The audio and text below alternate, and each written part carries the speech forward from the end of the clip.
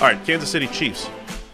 They kick it off with Felix Anudike-Uzomah in the first round at pick 31. They get Rashee Rice, enigmatic Rashee Rice. Enigmatic, good word. Yeah, pick 55. Wanye Morris, the tackle out of Oklahoma in round 3. Jamari Connor, cornerback/safety out of Virginia Tech. B.J. Thompson, the big, long edge defender out of Stephen F. Austin. Keandre Coburn, the defensive tackle out of Texas. And they round it out with Nick Jones, cornerback out of Ball State. That's Nick with no K. N-I-C, Nick. Okay. What'd you think of the Chiefs draft here? Pretty straightforward. Well, Felix. 7 selections. Yeah.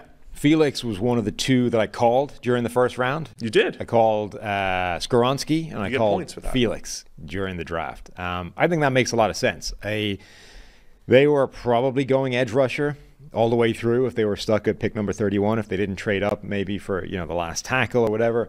If they were picking 31, it was probably going to be an edge rusher. And given the run, given the players that had come off the board, I think Anudike-Uzomah makes a lot of sense for them. One of my notes on him was he has the greatest number of ways to win, I think, of any of the pass rushers in this draft. He has the broadest profile of what he can do. He can win with power. He can win with basically every pass rushing move you can think of. He's got enough speed. His measurables were better than I expected them to be from his tape. So he's got a pretty well-rounded profile, and he'll contribute. I mean, he'll make some plays at the NFL level, and when you listen to him speak, he understands what he's doing better than maybe any edge rusher I've ever heard of. You can listen to some edge rushers in the NFL, and they literally don't even know the name of the player they're going up against the following week. They're just like, I just line up and beat whoever. Felix understands not just who he's going up against, but where their strengths and weaknesses are, where to attack first, and how to chain that from one move to the next move to counter whatever he's being hit with. He's a smart player, and I think that's a really good pick for them. And then Rashee Rice, the enigma that is Rashee Rice. I just love putting him with Andy Reid. Well, let's circle back to Rice for a second. I just want to mention the Chiefs' defensive line right now. I need to study this. I don't know. It's a challenging thing to study, but the different body types that they have, right? Like Charles Omenihu, who they bring in this offseason, who has Tyree Wilson frame, basically Wilson who went 7 overall. Tyree Wilson's frame with the 36-inch arms and all that stuff. Chris Jones on the interior who can move around. George Karlaftis, who's a power player. And now Anudike-Uzomah, who's like Gumby, right? Chris used the Gumby term. There's always one of those guys. I think Anudike-Uzomah wins with bend. Well, they also came back contortion better than anyone else in this draft. In the 5th round with B.J. Thompson, who's got one of the weirdest body types of anybody in this draft. Yeah, it's almost like the Chiefs are saying, look, we're going to roll 7 or 8 deep on the defensive line, which is, a lot of teams do that. That's not like Eagles unique or Niners unique or anything like that. A lot of teams have to roll 7 or 8 deep on the defensive line. But the Chiefs are saying, we're going to do this with different body types. I want to talk to Mitchell Schwartz about this a little bit. Is it challenging if one snap you're facing a power player like Karlaftis, next player you're facing speed and bend, then you're facing an undersized guy, then before you know it, Chris Jones is there. And so Chris Jones has that game-sealing play against the Bengals in the AFC Championship, and he didn't win with power against the tackle, he won with speed, right? So as a tackle, all of the preparation you have, all right, here's the power player, and all of a sudden he's winning with speed. Or I'm facing the power player and I'm getting power. And then I got the long, super, 36-inch arms guy. Anyway, I'm just fascinated by what the Chiefs are doing with all the different body types up front.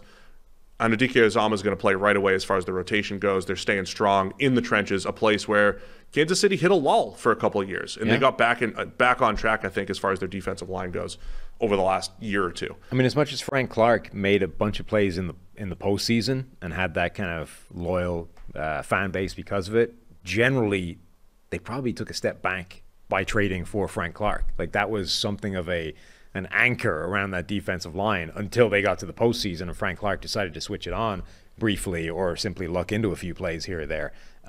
Now they have a chance to kind of reset that a little bit. All right, now Rashee Rice. Yes. We both struggled with him. Everybody did. His tape makes no sense. Even his I didn't check this one out either. The measurable stuff, he's another one of those guys where the 10 and the 20 are great, and the overall 40 was average. He was on that list. He was on the list, right? They think the time is broken. 95th percentile 10, 90 plus percentile 20, and then a mid-tier 40 at 4.51. When he ran 4.51, though, I'm like, that makes sense to me. I didn't think he looked fast on film. But no, see, I think he does, but he then goes. But sometimes he does. But he then goes and screws it up. But he also had a 41-inch vertical leap. Like, he's explosive. So I genuinely think Trevor Sikkema's explanation for Rashee Rice is the closest thing to reality for why everybody struggles with his tape. You watch his tape and you're like, there's so much to like about this. I watched Steve Smith bigging up Rashee Rice on a video somewhere today on Twitter, and he loves a lot of what he does. He's got that, a lot like Steve Smith, he's got that dog in him. Like, that dude goes out there and wants to compete, wants to take on people physically. He's got the high pointing skills. He's got the ability to win at the catch point. But Trevor's theory is he plays like a guy that's much bigger than he is. And wasn't he one of these people that was listed at some ridiculous height relative to who he actually was? 6'3", 6'2", 6'3". Yeah, he was listed at like 6'2", 220 or something, and ended up being 6'1", 204, which it's a big difference. I mean, 6'2", 220, you're basically physically bigger and more powerful and more imposing than almost any corner you're going to be going up against. 6'1", 204, not so much. Like, now you're, moderate size. You're kind of the same size as everybody. But he plays like a guy that is what his listed height and weight was. And the problem is that means he's leaving a bunch of plays on the table where he could just win with speed and explosion. There's so many plays where he blows past the guy off the line. And then what I think is why you're saying he doesn't look that explosive, because he then gets stuck up on the contact again. And I actually think he goes reinitiating the contract voluntarily because he's more comfortable with that. Like, I want the contact with the DB, and then I'll go up and moss him at the catch point, and I do that well. But if you just ran past the guy and got 5 yards of separation, that's more valuable because now you just got this much more space to work with, and you don't have to try and moss him every play, which, even if you're good at it, is a low percentage play. So it's such a weird tape because I think he can be a completely different player than the one he's trying to be right now, even if you want to keep elements of the things he's doing right now. Like, the catch point stuff is great. You want to keep that because otherwise you end up with Quentin Johnston, who can run past people but can't really do any of the catch point stuff, which is why you didn't love him as a prospect. You also want to keep the kind of the dog in him where he just goes and decleats a cornerback in the run game or buries him as a blocker. Like, that's a good thing to have. What you don't want is, if you can run past a guy, don't go looking for the fight again. Run past him. Just smoke him. Yeah. That's not a bad thing. So all that made me think, I want him on my team. For all the questions I had on film. I wanted to like him, but so much of his tape is scary. But now, like, if you want, it's a lot like, Keon White going to the Patriots or Christian Gonzalez going to the Patriots. Like, if you have a dude that's he's got a weird game makeup, it's strange tape, you're not quite sure what to do with him. Now you're plugging him into not just the best offense in the NFL, but you're giving him to a great coach, and you're like, all right, you figure it out. It doesn't mean we might overuse that. Like, of course, he's going to the Chiefs. They'll make the most of him. Like, Chiefs didn't make the most of Sammy Watkins. They didn't make the most of McCole Hardman. I think they can with Rashee. I think they did. Hardman? Yeah. I felt like they could. Why do we think that Hardman's capable of more than that? Oh, maybe they did. Maybe they did. My point being, like, I'm not saying that means he'll be great, but if Andy Reid can't figure him out, the chances are nobody can. Like, this might be an inherent flaw in Rashee Rice that for whatever reason, he thinks he's Randy Moss, or not even Randy Moss. Like, he thinks he's Terrell Owens and is going to want to be physical every single play despite being 6'1", 204, not 6'3", 225, and is going to be doing that for the rest of his life, right? And is therefore going to be leaving an absolute ton on the table because he won't just take advantage of the 41-inch vertical and the elite 10-yard split and the fact that he could just smoke most cornerbacks off the line. You may never fix that. But if somebody can fix it, my money's on Andy Reid, and therefore I'm happy that he ends up going there. We might actually get to see what he can become at the next level. Yeah, I mean, after all the question marks that we've laid out with Rashee Rice, I came to the conclusion I probably just want him on my team because I feel like there's enough in there to get the most out of him. I do expect that they will in Kansas City. It's an interesting receiving group now with Juju Smith-Schuster out, McCole Hardman out, returning Kadarius Toney now for a full season, Marquez Valdes-Scantling. Rashee Rice gets to compete right in there with Justin Watson, Sky Moore. They bring in Richie James, too. Mike Bergonzi, the assistant GM, he was one of the guys that spoke to the media. Everett, Mass. Friend of a friend over here. So there's my degrees of separation. He was citing the after the catch ability of Rashee Rice as well, fit as a good fit. Another thing that was in Steve Smith's video, one thing, somebody brought this up after he got drafted in the draft. You know, I think what happens is players get drafted and then immediately there's like a Twitter search for any interesting tweet or video or whatever on that player in the pre-draft process. And then those tend to, you know, they catch a little steam after the guy gets drafted. There was a clip somewhere of the podcast where I talked about one thing that struck me during watching his tape is that Rashee Rice plays with that want to and that physical desire, and it reminded me of Isaiah Pacheco, who obviously the Chiefs drafted last year and look at you going viral. I'm proud of you. Ends up becoming the starting running back and succeeding in large part because he just sort of wants it more than you do. You know, there's so many of these runs where it's like, God, like he throws himself into the contact so much. And there are sometimes NFL players don't always want to get hit. You know, it's the reality of it. Like, you're playing the game. Sometimes you just don't want that hard hit that's coming. You know, it's like, look, we've all been playing for a while. I'm tired. I'm beat up. I'm already like carrying a shoulder or whatever. And now this guy is coming on this routine inside zone play like it's the last play he's ever going to have in the NFL. It's like, I just don't want the smoke, you know? And Pacheco does that every play. And I think there's still value to that even in the NFL. And Rashee Rice reminded me of that. I just think it's kind of, you know, perfect symmetry that he ends up getting drafted by the team that obviously caught that last year for Pacheco.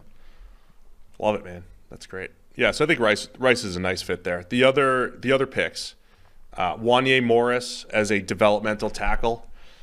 Don't love him. The metrics do not seem to like him. He started out at Tennessee as a left tackle. He used to play against opposite Trey Smith or next to Trey Smith at Tennessee. Right tackle at Oklahoma. Historic first percentile pass blocking grade.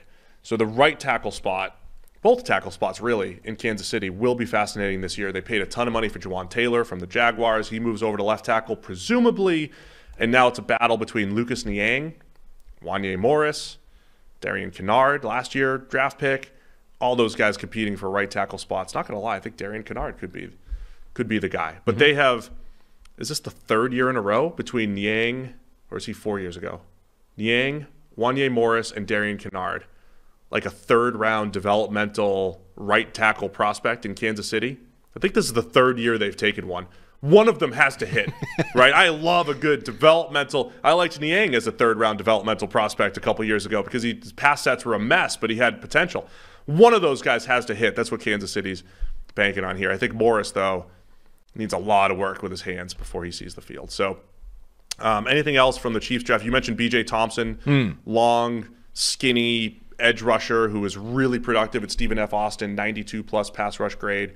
Kendrick Coburn as a big body on the interior could contribute as well. I mean, I'm kind of fascinated that B.J. Thompson went as high as he did. Like, he went in the 5th round.